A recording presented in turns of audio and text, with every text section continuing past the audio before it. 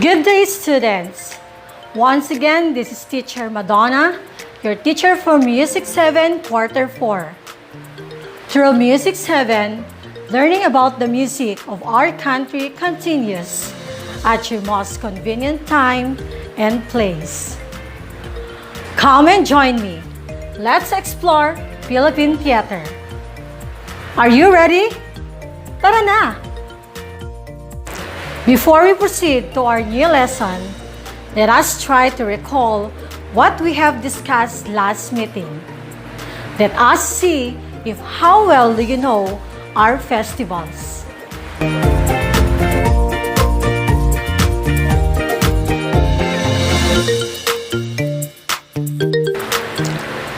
I will give you 4 choices in each item. Question number 1. The festival first began in 1980.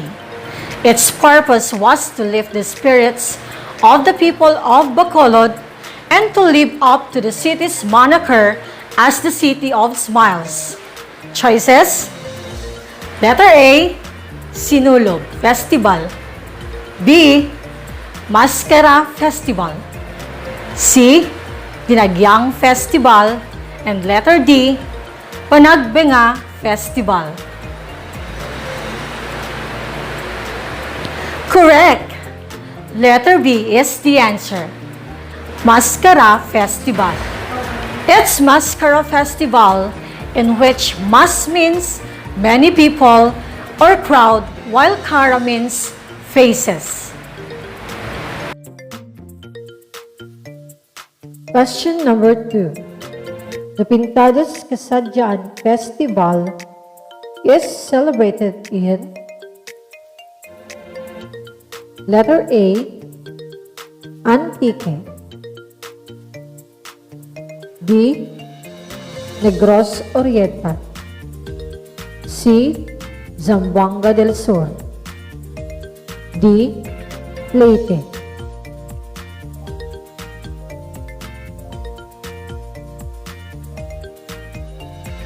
The correct answer is letter D. Pintados Kasadyaan Festival is a cultural religious celebration in Tacloban based on the body painting traditions of the ancient tattooed Pintados warriors. Question number 3. This colorful festival got its name after the unique abaca cloth with beautiful geometrical pattern weaved by the Tiboli women. As an icon of the festival, the blank cloth represents the blending of culture and rich heritage of the people of South Cotabato. A. Inalak Festival. B. Panaad Festival. C. Imbaya Festival. D. Dinagyang Festival. The answer is letter A, Inalak Festival.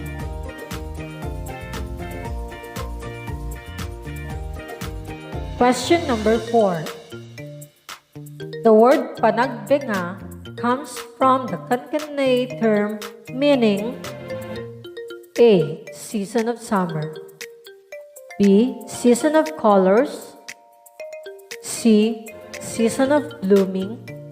And D. Season of festivals. The answer is letter C. Season of blooming. Number 5. These festivals are celebrated during the month of May, except for letter A, Magayot Festival. B, Lanzones Festival. C, Manggahan Festival. D, Balangay Festival.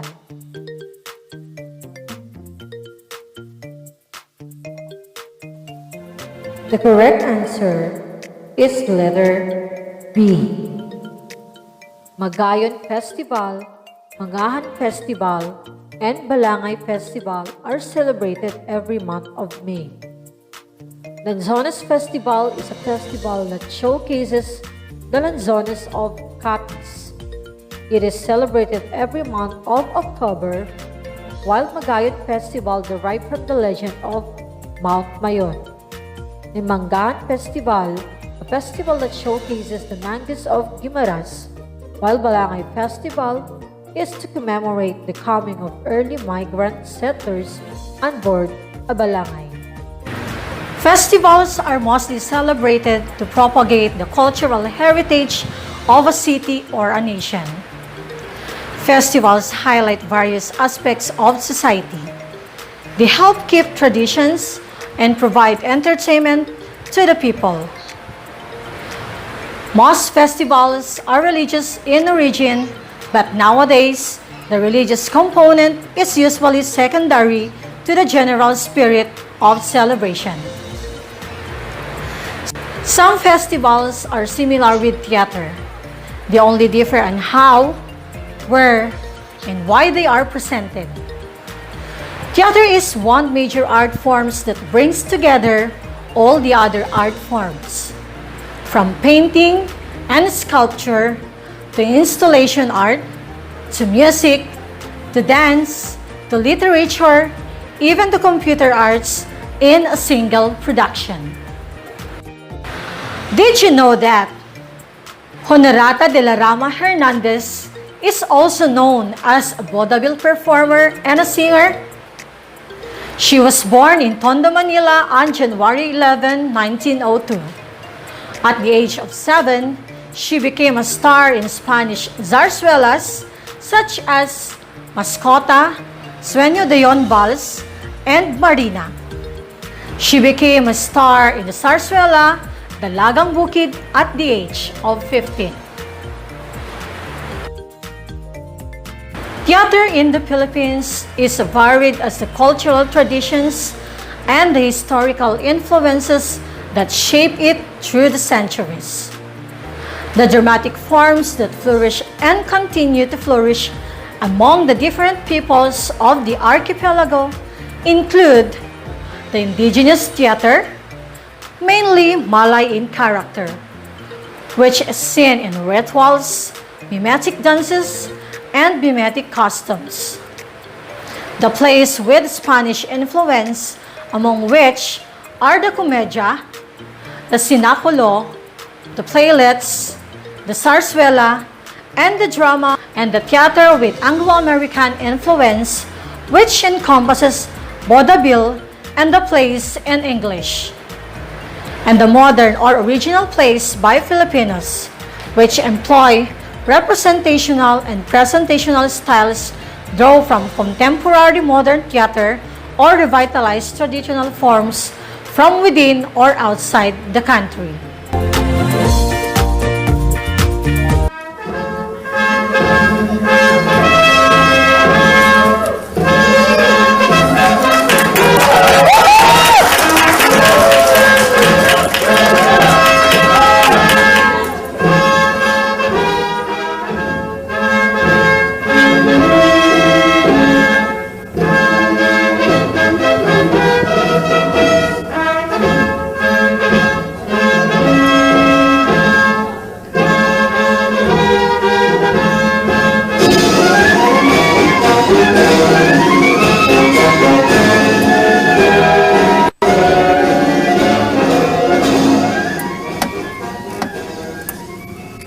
Ang araw na ito ay pinagdiriwang. Panauhing pandangal, ngayon ay dumatal. Malaking kasiyahan, isang karangalan, ang ating anyaya ay pinaunlakan. Maligayang bati sa iyong pagdating.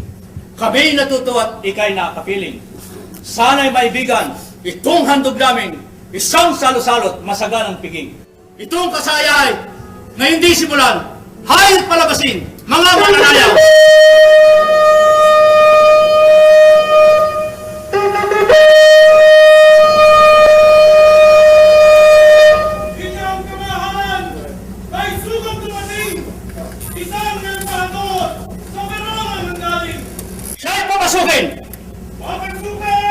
Ikaw ay magduloy, sabihin ang pakay.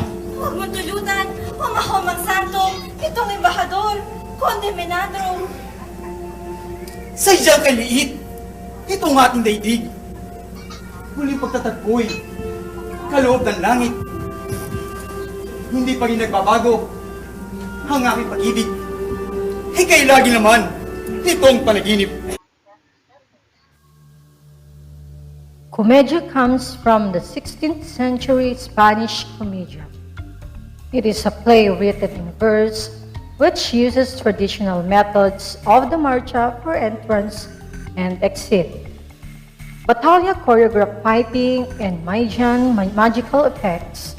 It's one of the colorful theatrical traditions in the Philippines used by the Spanish as a method to spread Christianity.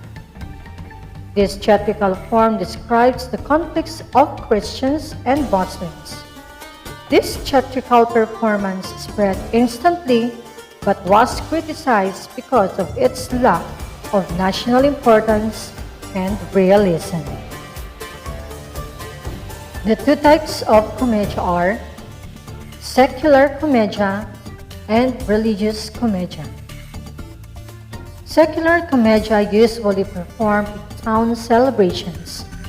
An example of secular comedia popularized in the 1600s is the Moro Moro, that uses stories that revolve around kings, queens, princes, princesses, animals, supernatural beings.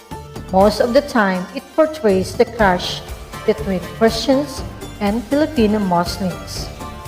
Examples: Moro Moro and Tibag or Arakya. Religious comedia, mostly performed to enhance religious festivities. It focuses on the life of religious icons, just like Jesus Christ, Saint Michael, and other patron saints. Examples: Siete Palabras, Comedia de San Miguel, and Cenaculo. What are the characteristics of the different types of comedia? Comedia. The Spanish comedia was the early form of theater that was introduced in the Philippines by the Spaniards in the late 16th century. The first comedias are religious dramas where the themes centered on the lives of kings and nobles and their battles against the infidels. It uses choreographed scenes and extravagant, colorful costumes worn by the actors.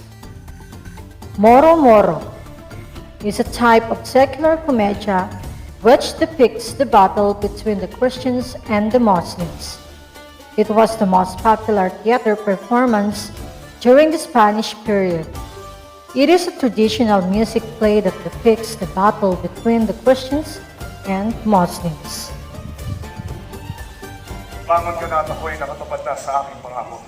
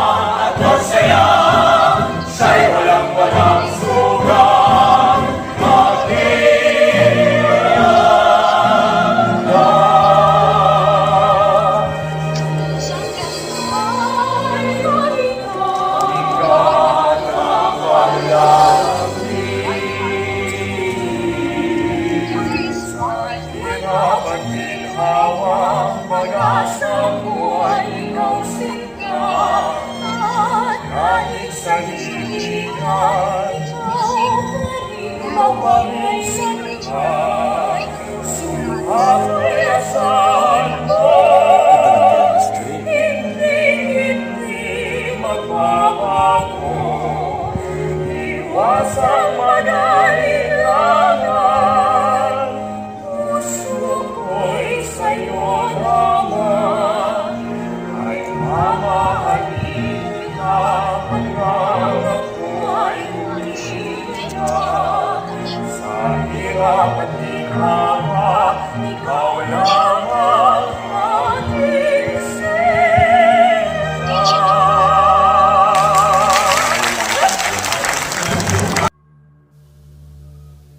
Sarsuela. Sarsuela is an art form of lyric theater drama, comical in nature, and it is incorporated with singing, dancing, and dialogue. It is a play in prose. Sarsuela originated from Spain and was made popular in the Philippines in the 1800s.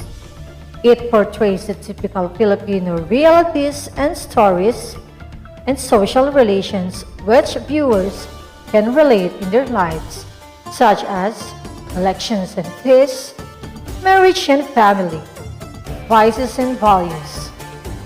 Walang Sugat is one of the most famous sarsuela in the country.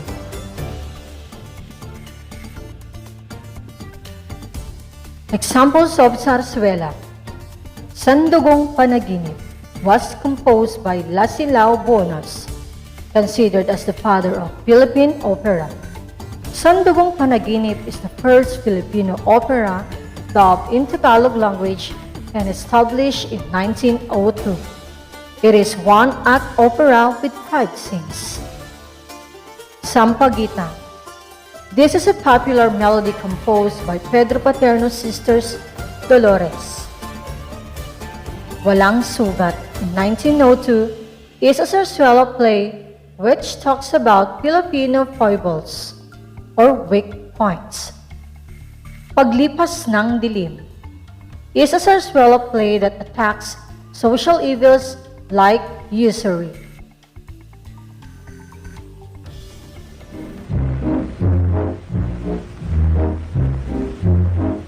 Kami versatile maging sa pagkanta, nagagaya namin ang style nila.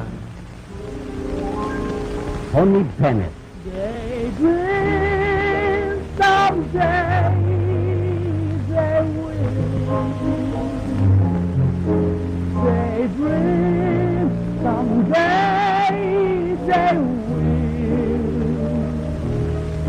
Walk hand in hand from the Kansas star to the chap I was living without seeing. And this is where our story ends. Never lovers, never friends. And goodbye. And let our hearts go to the day. And before you go away. And this is what I have to say.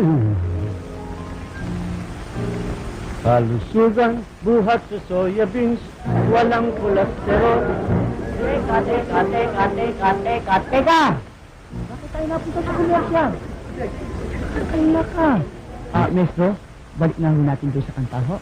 Please. Mr. Roy Hamilton.